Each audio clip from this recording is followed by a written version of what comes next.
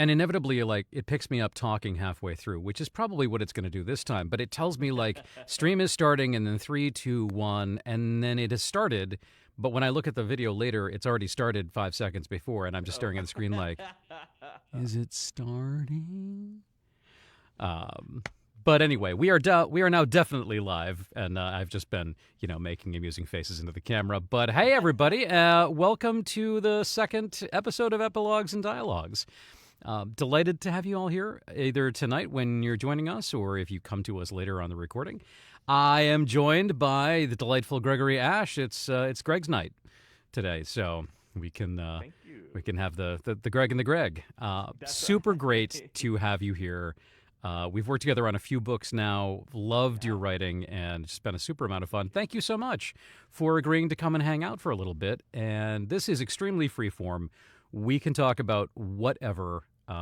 This is all about, really, it's about sharing stories. It's either about sharing stories with each other now or talking about sharing stories in general and letting people just tune in for a little bit and connect. So if we get questions in the comments, I will bring them into you. And if anybody has a hard time hearing us or if anything's going a little bit weird, please do throw a note in the comments and let me know, because otherwise I probably won't. But hey, welcome. This is awesome. Thank you for inviting me, and thank you for doing an amazing job on all the books that we've worked on. Like, I always have people compliment me on the Holloway Holmes books. Like, they love the audio that you did for those. Amazing. And Good. then I'm really excited for people to hear what you did with a book that's coming out this month called Body Count, and I listened to that probably like 2 weeks ago. I mean, it was not that long ago. I know we just really wrapped that, and so and it's fantastic. I'm so excited fantastic, excellent, yeah. super good.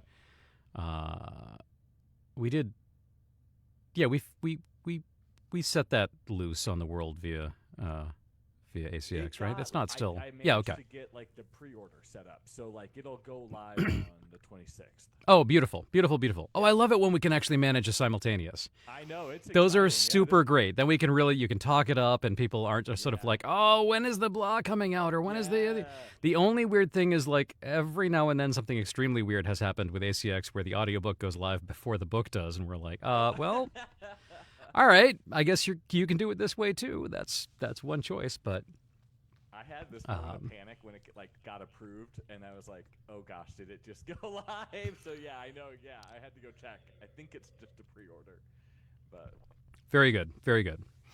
I haven't gone to look, but I was just doing I did clear that right and send it on its way. Yes. But no, for those who don't who aren't involved in the process on this, one of the ways that we do book creation is through this production platform that Audible created called ACX. It stands for the Audiobook Creation Exchange, and it's a web-based interface platform that sets up a contract between the rights holder and the production coordinator, which in our case is the author and the narrator directly, and we kind of hand the project back and forth. It's really quite cunningly designed. So the project gets put together, the author has to kind of claim their book and say, okay, this existing property is mine, I have the rights to this, and I want to make a project out of it. And then they can either put it up for auditions or they can offer it directly to a narrator, and then the narrator has to review the offer and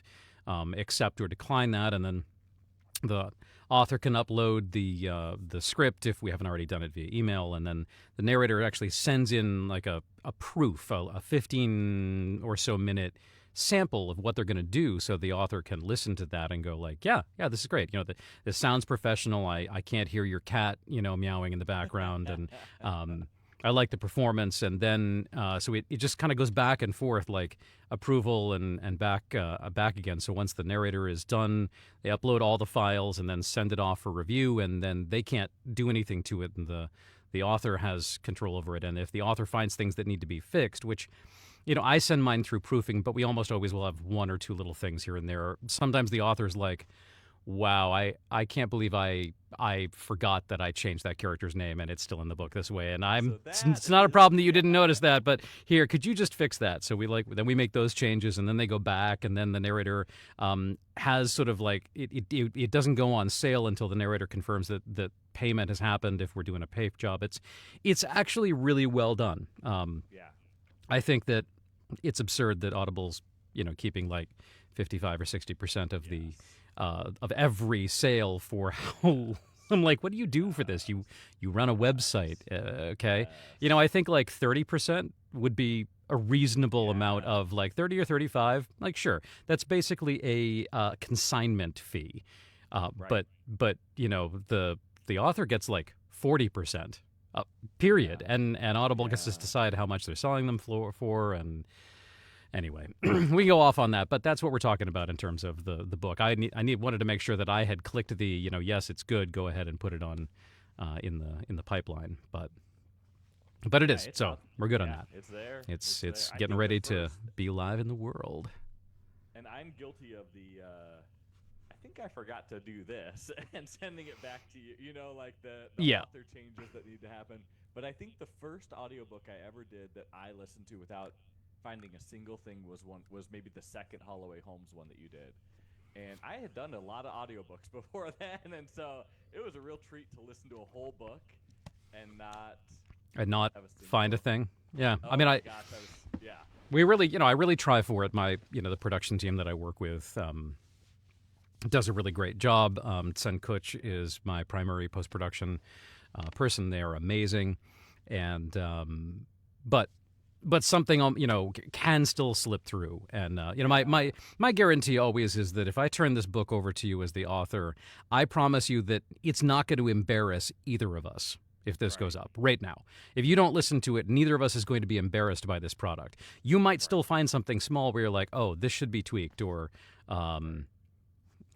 you read one of these words that can be read two different ways depending on the tense in the wrong tense, and it does Right. sound like this instead of that. But we're not gonna have something egregiously weird, and that's my goal. I like to Yeah, keep it I at think that, but that's a great way of putting it too. Like yeah, that is. I mean, that's yeah. right. It is interesting. Every every artist that I know, when you review your work through somebody else's eyes, you hear or see things that you didn't in the first pass. Mm-hmm. So when authors hear their work read aloud, they find the places where you're kind of going, wow, I used the word absolutely 17 times in this chapter. Jesus Christ.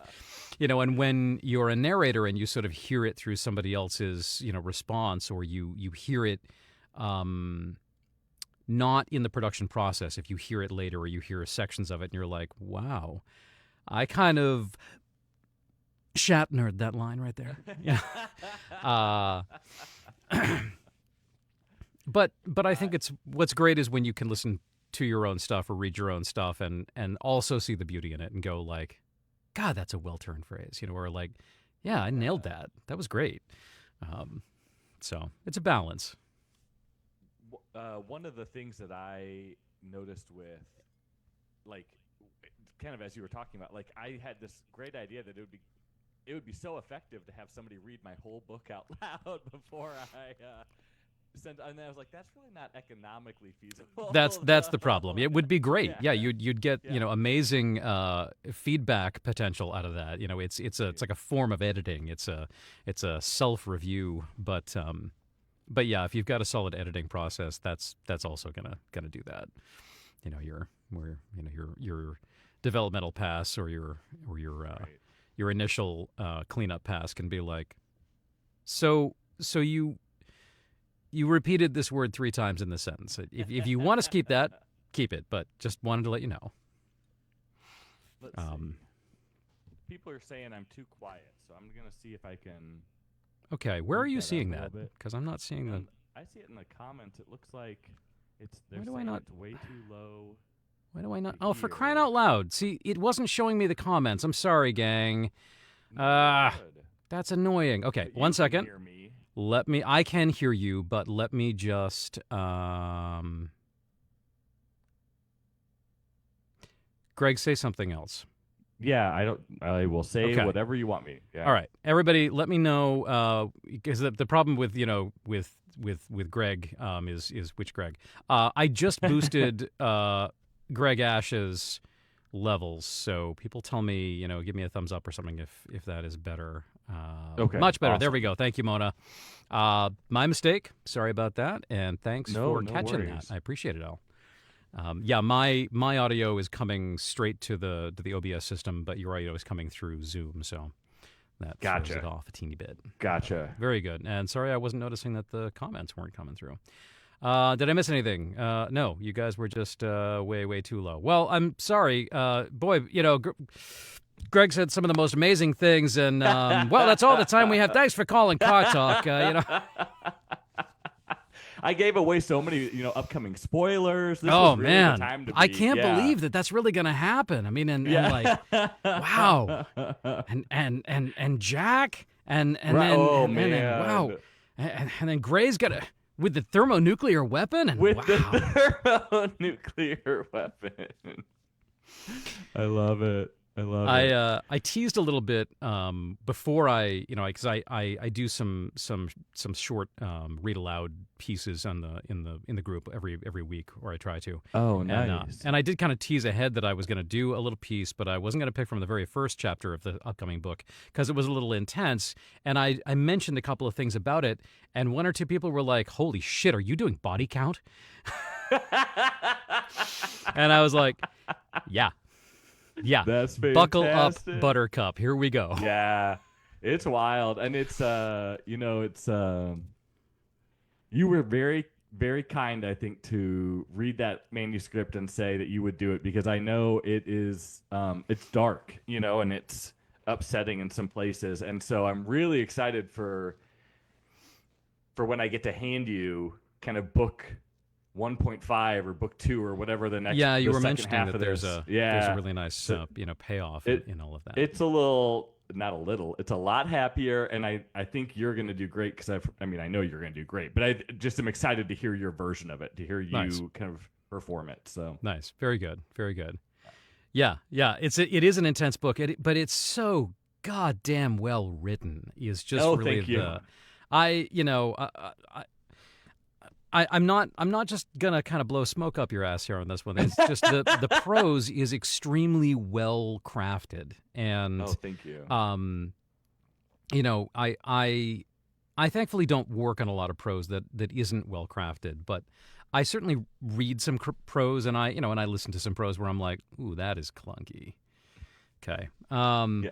And if you're gonna do kind of a more extreme narrative, or you're gonna really go somewhere dark or troublesome, you need to paint that well. You need to. Yeah. That has to come across with some skill. I also hear. Go ahead.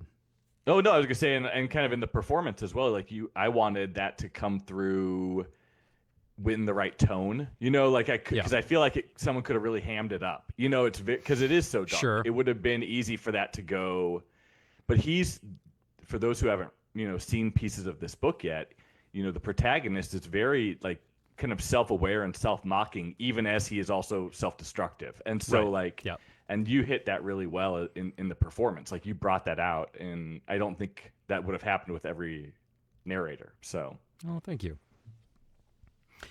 It was interesting. I love that you mentioned the Holloway Homes kind of right up at the top of the show for people who couldn't hear you. Sorry about that. But we talked a little bit about Holloway Homes, and I also hear people talk about that, and but of course they tell me the reverse. They talk to me about how amazing the story is and what the characters are like, and so we're going to hear each other's compliments, and now we'll share them on to each other. Yeah.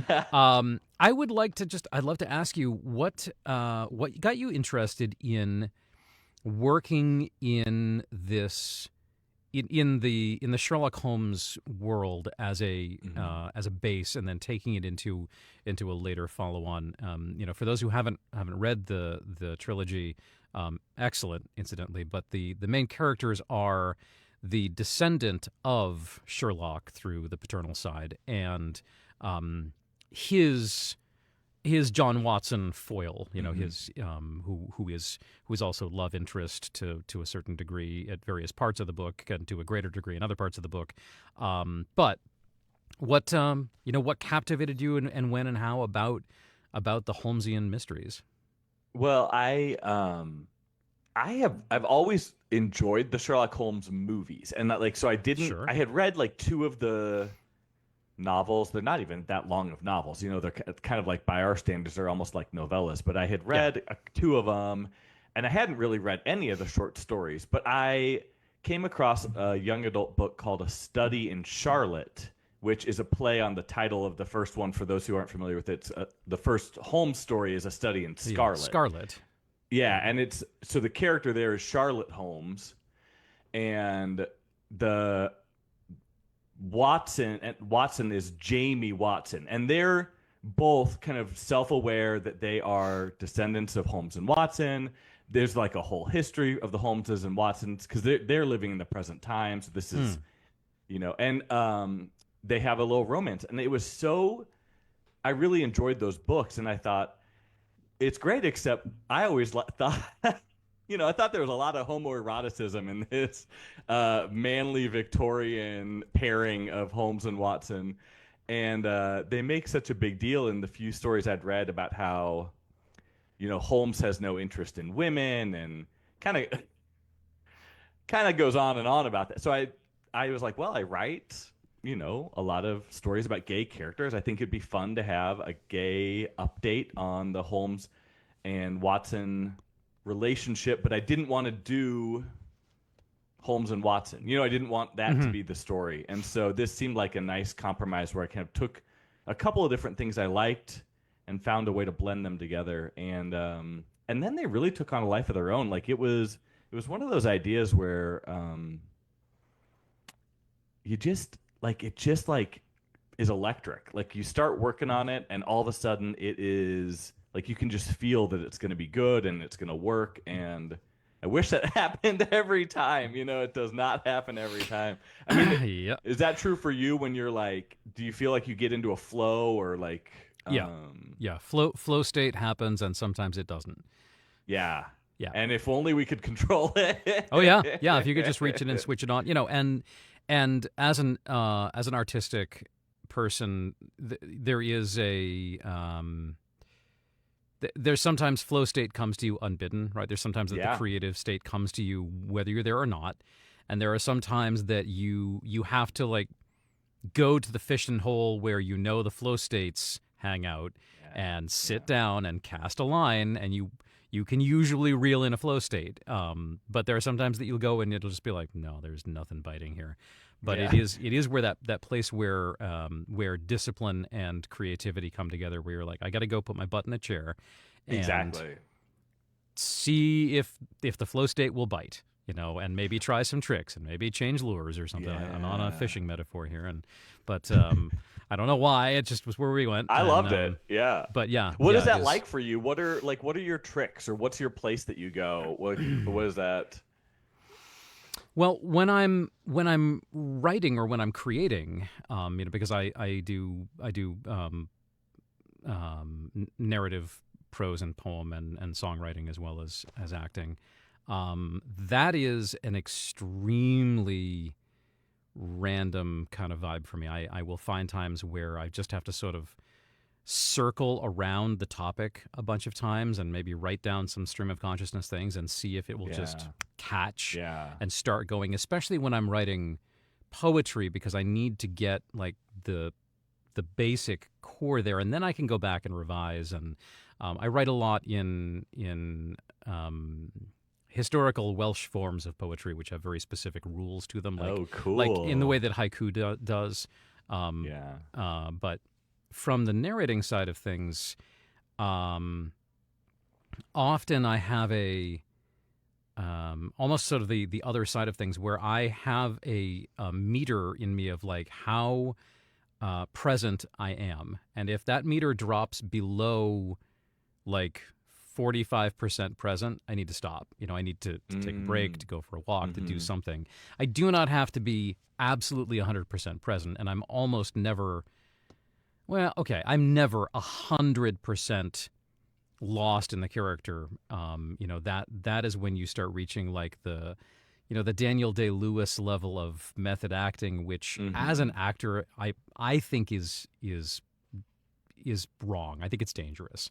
I don't think you Mm-hmm. should ever be so lost in your character that like people who are actually taking a swing at other actors when they're on screen or on stage because their character would have, I'm like, that's not, you're doing a job too. You can't just be Right. lost in your character. So for me, I also have to be the director and the audio engineer and all those other pieces that go into not just making sure that the performance is good, but the performance is technically good.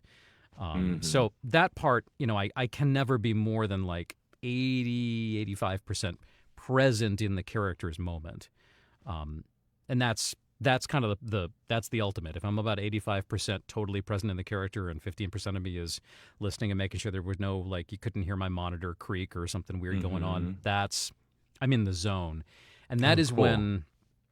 that is when both I will work some of the fastest effort to finished audio, and also when I will produce some of the highest, completely understandable mistake frequencies, where I am Oh. unconsciously making tweaks to the text because it's probably how I would have written it, or it's just Yeah. um, the way that I feel like the character would have said something. So I that's when I tend to introduce little erratics like ums and g's and things that the little vocal ticks that we tend to do. So Mm-hmm. sometimes that also produces some of my most intense work later to take some of those back out. Yeah, if I drop like below 50% present, something I need to fix something. Something's got to, I can't just phone it in because you're not Mm-hmm. connected to the art anymore. You're not connected to the characters. How about for you in terms of like how easy is it to find flow state in writing, and what takes you out of it, or what helps you get into it, or Yeah, I think so when I am, a lot of it is setting up things in advance, so I'm excited about that project. So like I spend a lot of time trying to find the right voice for a character and trying to find the things in that manuscript in the story I'm about to write that'll make me excited. And that looks like, I think, some of what you were talking about, where there's a lot of free writing, there's a lot of kind of mental wandering and just like trying to find, stumble across things, I guess, is almost, there's something serendipitous about some of those moments. And so once I have those and I get to the stage where I'm composing the draft, the manuscript, part of it is routine. I'm a big believer, like you said, in showing up, putting your butt in the chair, doing the yep, work. And some days are better than others, but I think on average, the odds are higher that I'll have that flow state if I just show up every day. And part of it has to do with like external stuff. Like when there's just a lot of other crap going on in life, it's real hard to like tap into that. So yeah, like yeah, agreed, yeah, I mean, and we've both had interesting starts to 2025, it sounds like. And so yeah, we've probably both been kind of finding ways to um compensate for like real world intrusions that make it harder to do the work yeah, that we love to do. yeah, yeah. So, I do find that I can't predict which one it's going to be, but sometimes a decent degree of personal turmoil can cause me to get into the flow state even faster. Like part of my brain is like, oh, cool, it's enough of this. Let's go live somewhere else. And other times I just can't get out of my own head. But there are sometimes where it's an yeah, escapist urge of like, awesome, gonna read a book. yeah, You know. yeah, right, Um, right. but that is, a slight difference. I know there are times when I am writing where I feel like I'm not even I'm just the conduit, not the creator. Where I'm like, I don't Right, really even know where this is coming from, but it's just coming through. But of course, right. when you're reading, it is even more that way. You do get to Mm. surrender to the narrative a lot more and just kind of disappear into it. But Well, and when you were talking about how in those moments sometimes you're adding in little ticks and other elements that make the story, I think, come alive. I'm so curious to. I would love to hear about what what you've heard from other authors, because you don't do a lot that you leave in for me, but there are a few times when I've been like, oh crap, that made it so much better. That like, and we talked about one at the end of Body Count that you did on purpose. A change that you made on purpose. Yeah, I just but there were tweaked other one thing, moments but, yeah. where like because one of the things I appreciate so much about you is that I feel like you do just the right amount of voice acting with the production and the narration. Like, the characters, they have tones, they have personalities, they have like the jokes that like I'm not trying to put my finger on too heavily, you get and you carry them through, and a lot of that relies on you to do things with your voice that aren't like they're not specifically stage directed. And so exactly, yes. I really appreciate that you can do that without the stage direction, because in prose, too much of that stage direction is clunky writing. Like Totally. So like I love that you have that kind of interpretive gift to bring that out. Thank you enormously. Do other people? Do you get pushback on it from other people? Because I can't imagine getting push. I can't imagine. Why would you push back on it? I only get pushback on it from like some of the production companies or production houses and publishing companies that have a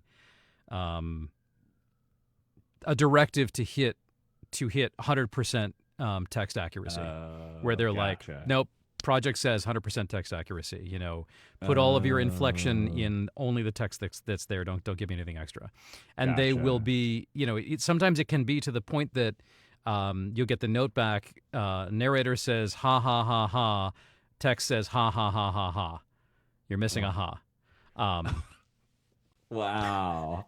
Which is, and I think most of those production people are like, we know this is absurd, but it's how it's how the process got designed. And traditional publishing in a lot of ways has a lot of siloing, right? The author is over here, the agent is over there, the narrator is back here, the production company is here, and then like the production coordinator is in the middle and gets to coordinate it all.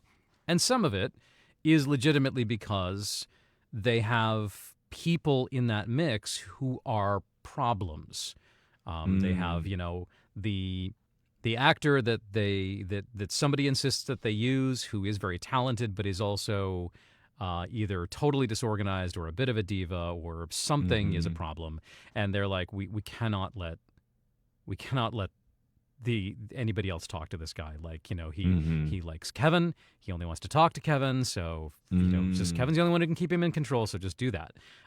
Or the author is so lost in the word world that they can't let go. They don't know how to interface with other artists. Indie authors are the best at this, really, because you have had to be nimble and creative in new ways, and you're usually so directly in contact with your readers that you implicitly understand that everybody reads your book in a different way.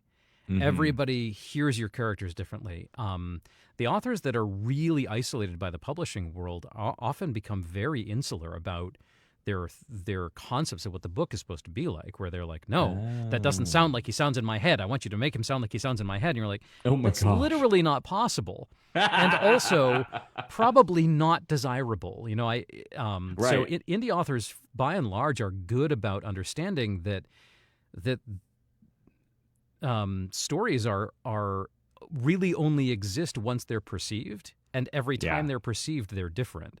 So they accept that when you put it into an audio format, you are codifying one interpretation of the story and then giving people a new interaction with that in their own way, so that they interact with those voices and that flow. And that, that's part of why it is a separate piece of art that gets created as a collaboration between narrator and author, which is part of why putting it through an artificial voice does not actually create a new art product. It just, uses an automatic paintbrush to turn the words into vocal words. But most of my indie authors are typically delighted by the little bits of flavor that get added in there. Good. And I often think that authors don't really even realize necessarily consciously how much stage direction is in there for an experienced reader. You know, I mean, I have read thousands of books in my life, and I naturally am one of the people that do internally auditory processing. I hear sounds and voices, and you know, I always process a soundtrack in my head. It's never quiet. So I'm comfortable with the engaging in what that sounds like to me. So what I'm really doing when I'm narrating a book is my best impression of what I can hear the character actually sounds like in my head. Right. You know, my mind connects with them and connects with some portion of my experiences and the ether, and I know what they sound like, and then I do my best impersonation of them. You know, I do think that you do best by leaning in but not leaning on things. You know, it's you should lean into things a little bit. You should lean into the difference in characters. You should lean into how they speak. You know, what, regardless of what that is, if they just what their voice sounds like, but not stomp on it. Don't, you know, it's that's sort of part of where the question of like accents and vocal patterns come into play. You know, where you can absolutely do things that are bad with characters who are good characters. You know, you can take somebody's natural vocal stylings and you can do bad things with them. You know, we all have people that we run into who frankly speak in a caricatured way of some kind. You know, they are either they're either extremely performatively, lispily, stereotypically gay, or they're Asian and have an accent that is like, this would be so bad out of context. Right. And you cannot do, as an actor, you cannot do those voices aiming for the perfection of the voice. You have to aim for the reality of the character. The character is not their vocal pattern or their speech patterns. The character is themselves, and that vocal pattern is their reality of how they speak English, you know. And so there is a vast difference between, you know, getting into a little of like, you know, the, oh, Mr. Simpson kind of, you know, Apu voice versus, you know, somebody who was raised in the Punjab region and has, you know, a completely understandable northern Indian accent that is just part of how they speak, you know.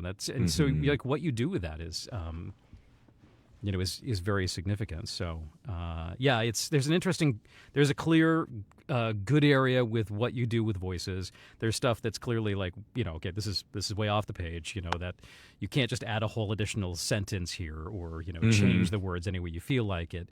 And then there's the gray area of where the character is, you know, is going to respond, but maybe I let him go like, oh, wow. Well, you know, and wow was there, but wasn't, or you know, I let, or I can put some.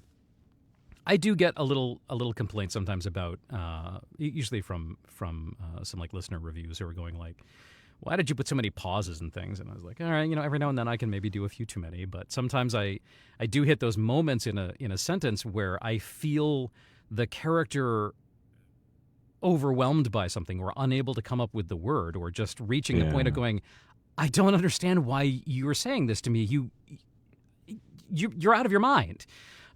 Where that may not necessarily be written with an ellipsis in the text, but that's kind of, you know, where when I was there, that was what felt right, and so that was kind of where I went with it. But yeah, no, I think that's fantastic. I mean, I think that's fantastic because I think, like you, I really do feel like these are an artistic interpretation of something. You know, I mean, like it isn't it's adding another layer onto the text, and so um, of course it's going to be different, right? It's going to be Yeah. different in a variety of ways, and um, I that enriches it, right? Like, I mean, at least in my mind, that makes the text, it creates a piece that's rich in its own way and is different and separate from the the pure text, right, or whatever Yeah. we want to call it. Yeah. It's a collaboration. Yeah. It's a new piece of art that's created by bringing your art and my art together, and then the resulting piece is an amalgam of the two. Mm-hmm. Yeah, yeah, for sure. Or of the three or four or five or however many. But yeah, narrative long form audiobooks are interesting because they're not. Part of it is that I never have the luxury of just being one character. Right. I never have the luxury of going, cool, my voice is this character and only this character. Unless I'm doing something like dramatic full cast audio, which are amazing and I love them. I don't get to do anywhere near as many as I'd like, but they are really cool. The modern radio play is so much fun. Sidebar, I'm in the middle of listening to a series called Impact Winter, which is on Audible. It is a post-comet strike nuclear winter vampire story.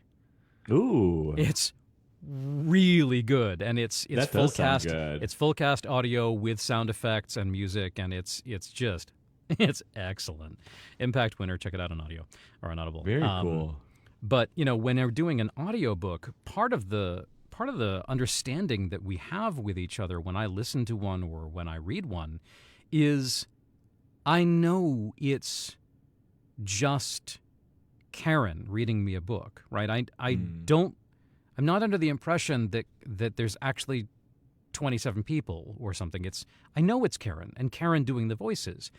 So it's a different job. It's a different performance than getting lost in Captain Sorensen as your character. The character is the book. That's the character you play. So, when I am reading an audiobook for people, we know that I'm doing all the voices. And we know that I'm not really the character or a 3,000-year-old vampire or a reptiloid alien from another planet. Like, we know that it's me. That's okay. And so it's it entirely relies on honoring the suspension of disbelief that people have in stories. And I think that's true as an author too, where you're like, we're not under the mistaken belief that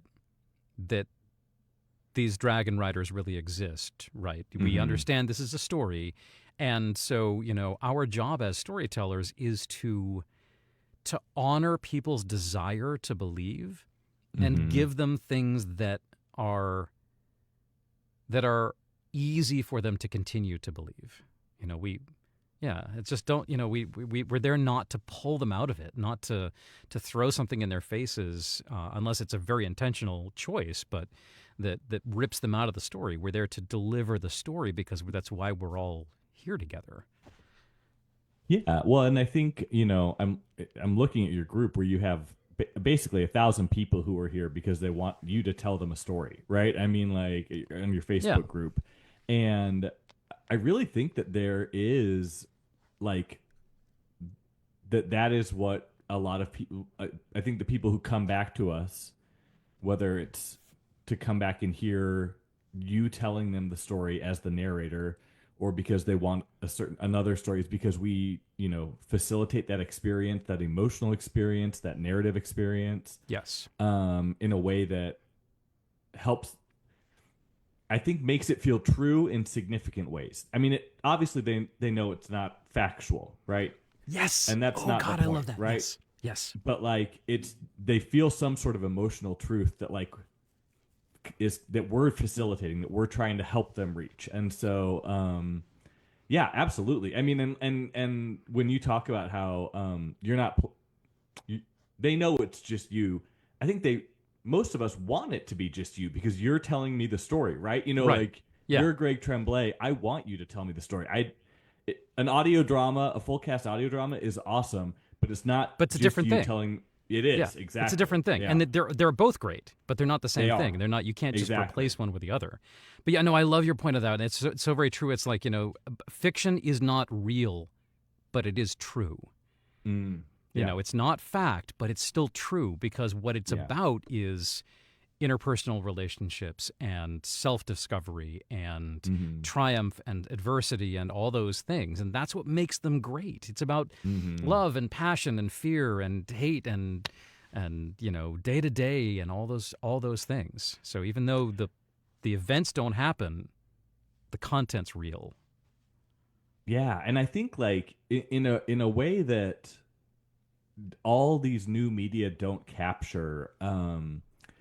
You know, prose fiction and the narration of prose fiction are um they're kind of like magic. They're kind of like this telepathy, like in the sense that Yeah. like we there's this way in which they're so fundamentally isolating, right? Like I've got my earbuds in and I'm just listening to you talking to me and like I'm closed Yeah. off, but at the same time I'm having like or I'm reading a book, right? I've got my nose in a Right. book. Yeah. But at the same time like there's like this at the right moment, like there's this intense human connection that like transcends a conversation or a tweet or like anything else. And you really feel, at least for me, and I think for a lot of readers, whether we verbalize it fully or not, like we really feel known, right? We feel seen Yeah. by experiencing the story that someone else is telling us and finding ourselves in it. And I think is what keeps people coming back to this kind of creative work because we all want connection, right? We want to be connected, and we also want to know that the things that we care about and the things that we hurt about and all of those things are not just ours, right? That other people have had those in their own way. So, Yes. kind of the things that you're kind of yeah, the way that you're talking about it, I feel like it really does kind of come back to this idea of that connection. Yeah. Yeah. Yeah. Um, the human connections to me are what it's all about. Or I maybe I don't even want to say human because I certainly like I'm a sucker for as opposed to as I am to AI usage at the moment. I'm a sucker for a story with a sentient artificial intelligence that is a person. Maybe not a Mm. human, but a person in there. But that's what I'm there for, and it's interesting. There are beloved authors that um, I just cannot seem to click with, like Neil Stevenson. I Mm-hmm. have friends that just adore Stevenson, and Stevenson writes the most amazingly vivid worlds. The worlds are Mm-hmm. completely realized and so there that you can taste them. And I don't give a rat's ass about any of the characters. I'm like I've Yeah. gone 30 to 60% through about 7 of his books and Yeah. DNF'd all of them because I'm like I don't care about any of these Yeah. characters. I don't Yeah. know why I'm still here. Um, which is hard, because I would No, love I to, but I'm get like, it. nope, no, this is not working for me. Well, and Um, my day job is a librarian, and so when we get a new shipment of books in and I'm cataloging them, I'm thinking, well, who would ever read that, and who would ever read that, and who would ever read that, and then I'm like, wait a minute, there's somebody that's going to read all of these all things. of It's this, just not me, right? And and I that's think great too. it is great, Yeah, and it's been helpful for me to remember that kind of like you say, there some we're kind of all trying to find the thing that we click with, right? And like, sure. and it's not going to be the great Kurt Vonnegut quote is what does he say? Right to please one person. If you open the window and make love to the world, you'll get pneumonia. And there's something pretty good about that, like you're just trying to find that group that you already Yeah, connect with. Yeah. yeah, yeah. That's solid. Yeah. I do want. I think I've said this to you before, but I did want to specifically call this out too in the chat. I definitely appreciate the Holloway Holmes series. The point of view character is bisexual and is one of as a bisexual person, it was one of the most vividly believable and real feeling bisexual Oh, characters that I've wound up working with, and that thank was you. delightful for me because, Oh, that's we're, awesome. sort of understandably, I guess, but often sort of in between places, and Hmm. it's partly because, a lot of our lived experience winds up sort of falling under either a hetero or homosexual sort of umbrella because of who we're dating. Um, Hmm. but it didn't feel like it's a phase or a mistake or a self Hmm. discovery. It was just like, yeah, yeah, and it had nothing, and it had no bearing on him wanting to be with the person he wanted to be with. It wasn't sort of Hmm. a, well, but what will I miss out on? I just, no, this was my girlfriend, and this was great, but also maybe I wasn't so great for her, and oh, Hmm. this guy's kind of nice, and yeah. So I really appreciated that because Yeah, it's nice thank to you. see representation of ourselves in fiction.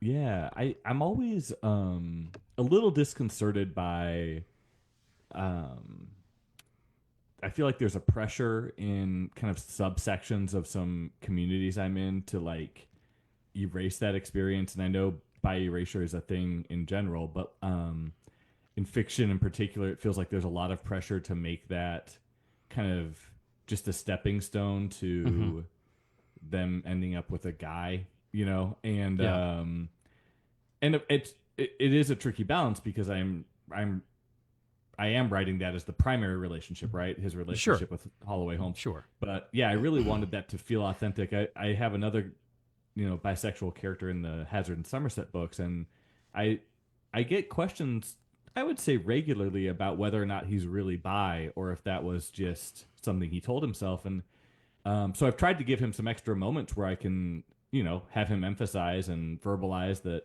yeah, I mean, he is. And that Yeah, I, I mean, I can't go back and give him a new girlfriend because he's already in the relationship, right, but right. like, Yeah, but yeah. I mean, try and make sure that that's um, represented as you were saying, as someone's experience, right? That it is not kind of just code for something else.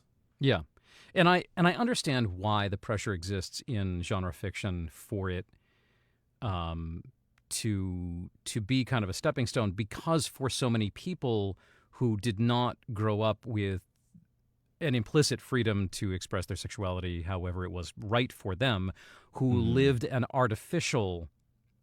external bisexuality where they Right, lived an experience of being assumed to be heterosexual and then right. had to go through rejecting that assumption and going, no, I'm not. I don't like women as a man. I like men, and that this is Hmm. where I am. So I understand that Hmm.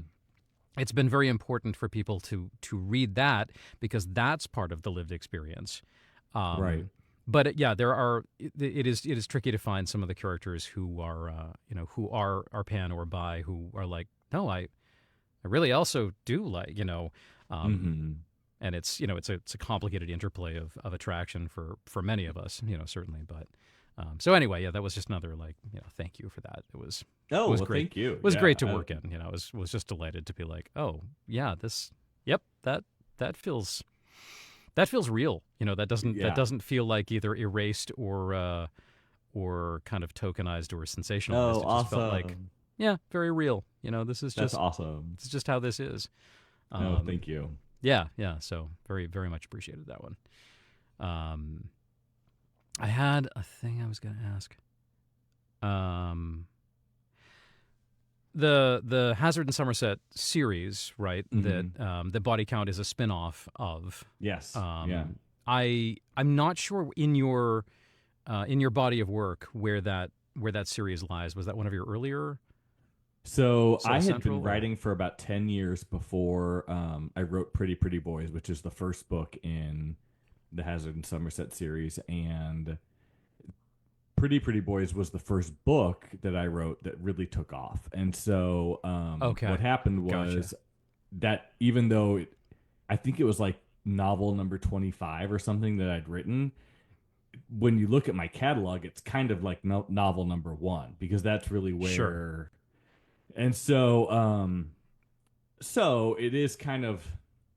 I still have a few of my older works that are out there circulating, and they're on my website and they're on Amazon. But they're really kind of distinct in their they're not right? They're not. One of them is. One of them is not. And so I think that's kind of like it is kind of foundational at this point. It has become that kind of initial building block of the career. And for which I'm very grateful. It was going to be a standalone, and here we are, like 30 books later in the Hazard and Somerset world, and so it has had a good long afterlife that I didn't anticipate when I wrote. So that's been awesome. Yeah. I will say that when I sat down to start prepping Body Count, I did a little bit of a wander through the existing audio of the Hazard and Somerset series. I dropped in here and there and I listened to a little bit, and I decided to not try to obsessively find any hint of the vocal patterns that I could and emulate them as best I could. I was like, you know what, I'm gonna kind of let this go and be its own separate thing. And part of that decision was because from what I read, and I will freely admit I did not go and read the entire Hazard and Somerset series to prepare. You wouldn't have time. Right, I know. I mean, every now and then, there is times where you're like, oh, in an infinite time universe, I would love to be able to just experience, any new author's entire body of work before I did anything, but that's not going to happen. No.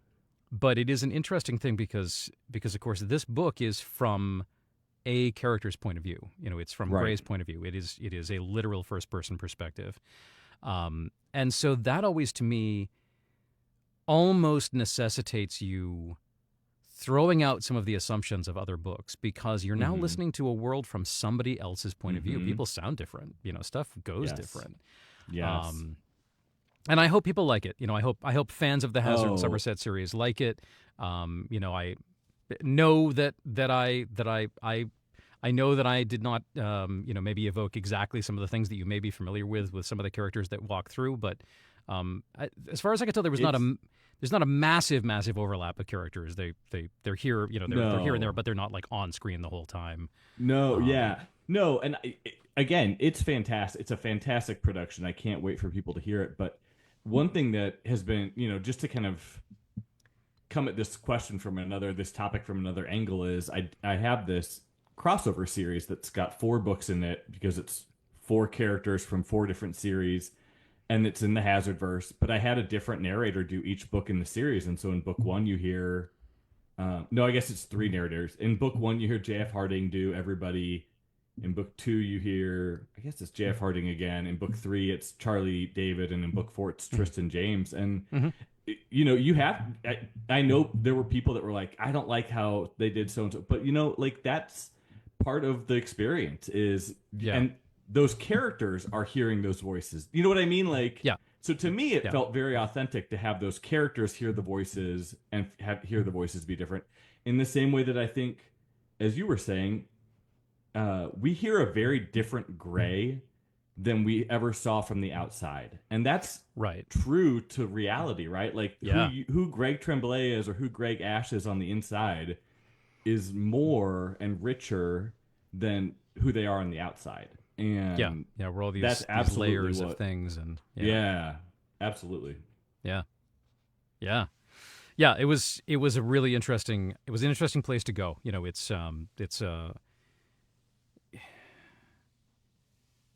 I mean, it is a bit of a book of hitting bottom. It is a book of personal, pretty self-aware disaster. It's just like, cool.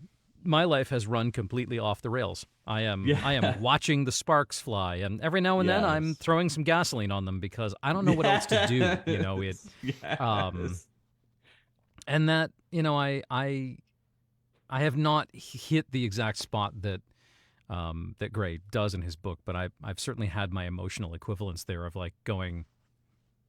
Yeah, I think maybe I'm a little bit more resistant to my intrusive thoughts than Gray is. So I've heard some of the ideas and been like, haha, that's a terrible idea. We're not doing that. And Gray's a little bit like, Fuck it, why not? Yeah, sure. Yes, yes, Um, he is. and it's but at the same time, there's a freedom there. It's Yeah. because he survives it. It's a positive story. Well, yeah, and like kind of as I have not experienced so in many ways, Body Count is a book about hitting rock bottom, and it's also a book about how do you keep living your life when what you have built everything on gets taken away from you, right? So he's a very good Yeah. looking young man who is uh talented at navigating gay subculture, right? Yeah. And Yeah. it's kind of been his identity. It's also been his source of self confidence and self Yeah. esteem. Validation and so. Yep. Yeah. And kind of hiding behind all of that is this terrible trauma of his childhood and kind of having toxic relationship patterns modeled for him. And so when he has some disfiguring facial injuries, from when he's trying to do the right thing, he's trying to save a child, and he gets injured like this, his world just implodes because he doesn't know how to Right. handle it. And Right. I have not had any of that happen to me, thank Right. goodness. Yeah. Yeah. But I have had moments in my life where I thought, oh gosh, everything I have been working for, I just lost, and like, Yeah. and And I not have to go had into, I've had yeah, times where situations have converted my inner turmoil to outer turmoil, yes, in that way. absolutely, And so that, I yeah, was like, yeah, I can connect with this. Like I may have yeah. made better choices, but I can relate to some of this here. So yeah. Yeah. And that I think is that kind of emotional truth. I think most people are going to be able to say, yeah, I didn't do this, but I have done, I mean, I've been there. I know some of this, like Hmm. at least I hope that's what people can identify with. Yeah. Yeah. And I think so. I do think so. Yeah, which is great. Last couple of minutes. Tell us. Yeah. So Body Count. It's coming out the 25th or 26th of this month. Yeah. I just looked at Audible, and in fact, yes, it is. It is set up for pre-release, pre-order. It's Oh, up now. yay. Yeah. The link is going to be in the chat here very shortly. Awesome. What are you? Thank you. What are you writing next? What's the? I am writing. It is called Soft Launch, and it is the sequel to Body Count. If it can have a sequel, so we're gonna see somebody else's story in Soft Launch, but it is a dual point of view, and one of the points of view is Gray. So we'll see Gray Duloc. We'll hear from him again. It takes place a year after the events of Body Count, so we kind of jump forward and get to see Gray after he's had some time to do some healing and do some self-care and some growing, and it is a contemporary romance that has been very light so far, so it's been a real All right. fun change from the darkness of Body Count. Very good. Well, it's Yeah, I'm excited. a nice sort of I- place to wind up. I mean, it's not often that that a lot of our personal stories get to have a gentle ending, and so it's nice that we Right. can craft those for our characters from time to time. Yeah. Yeah. And people will get to hear your performance of it, right? I mean, that's kind of our plan. I can't at least wait. right now. We're talking Yeah. about was like what, late summer? I think you said. Yeah, I hope. Yeah, so it's almost the draft is almost done. So I'm hoping by late summer I'll have everything finalized to get to you. Nice. That sounds great. Yeah. Yeah. Greg, amazing to have you. I'm so glad. Again, it's great to This was be working awesome. with you. I'm so Oh, glad that thank you were you. available to come on and do this. Thank you, Loving thank having you. these, I know- and I think they're providing some fun stuff for people to listen to. It's awesome. Thank you again. You're a great conversationalist. So it's very easy. Awesome. Well, thank you everybody for joining us for a little bit this evening, or whenever you happen to catch up with the recording. Look for episode 3 of Epilogues and Dialogues in June, probably the first week or so of June, and I will let you know who that is going to be as soon as I have finalized it. Ooh. Gregory Ashe, links to Greg's web presence, catalog on Audible, and of course the link to pre-order Body Count is in the chat. And until next time, everybody, have a fantastic night, and we will catch you on the flip side. Keep listening, keep laughing, keep loving, keep sharing your stories. Cheers.